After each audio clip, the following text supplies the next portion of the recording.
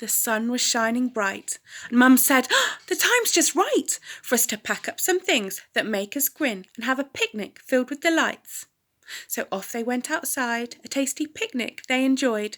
Straight after her food, Lottie was in the mood to read under a tree that was wide. As she opened a book and read, something fell on her head. She looked up the tree, but there was nothing to see, so she carried on reading instead. As she turned the page, something else plopped. On her head an acorn had dropped. She looked up high, and an imp caught her eye, so Lottie's reading stopped.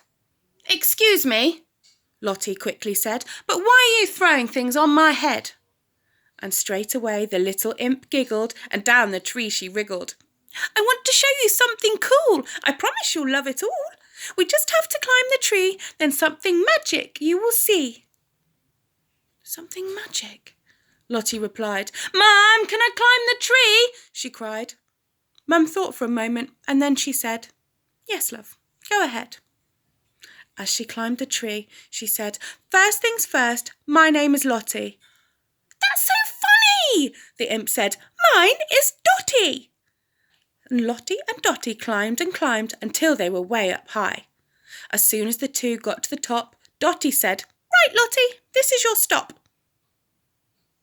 Lottie was confused. There was nothing there, and she stared blankly into the air. Dotty said, "Magic only works if you believe." So Lottie closed her eyes and wished on the leaves, and before she knew it, a door had appeared, and inside there was a bird with a beard. The bird played music. He knew Lottie loved to dance. He said, "Lottie, get dancing, now's your chance." And she stepped through. She realised the floor was made of jelly, and as she danced it jiggled her legs and her belly. She said to Dotty, "Thank you, I'm having so much fun." And she replied, "Lottie, this is just the start, hold on." And as she said it, she pulled a lever and the floor disappeared beneath her. Through the trees the two of them fell, and Lottie really started to yell. Then, with a bump, they landed on soft pillows and heard a voice shout, "Who's in Mrs. Willow's? I don't like strangers. Be gone now."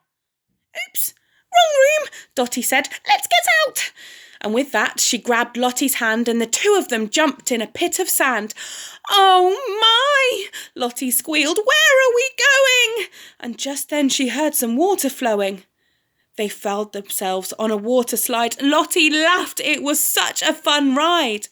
And with a whoosh, they flew into a room of art where toads threw lots of paint from a cart. "Watch out," one said. "It's coming for you." And all over Lottie's dress yellow paint flew. "No," Toad said. "Red's coming too." Lottie and Dotty joined in with the game and started throwing paint the same. They laughed and they laughed as it looked like paint rain. Dotty said, "Right, well, this is enough fun for me. You'd better be going home for your tea." And in one final magic show, Dotty said, "Down you go!" And once again, Lottie was sat at the bottom of the tree with a book in her hands, ready to read. She ran over to tell her mum of her adventure, the fun she had and Mrs. Willow's bad temper. But Mum said, "Oh, Lottie, your imagination is great. What a lovely story you've made." Lottie knew her mum didn't believe her, but decided to keep it her secret. She looked down at her dress and saw the paint had left a mess. She turned around and Dotty gave her a wink from the tree, and Lottie whispered, "Just a secret for me." And she said to Mum, "Yes, a pretend story. What are we going to have for tea?"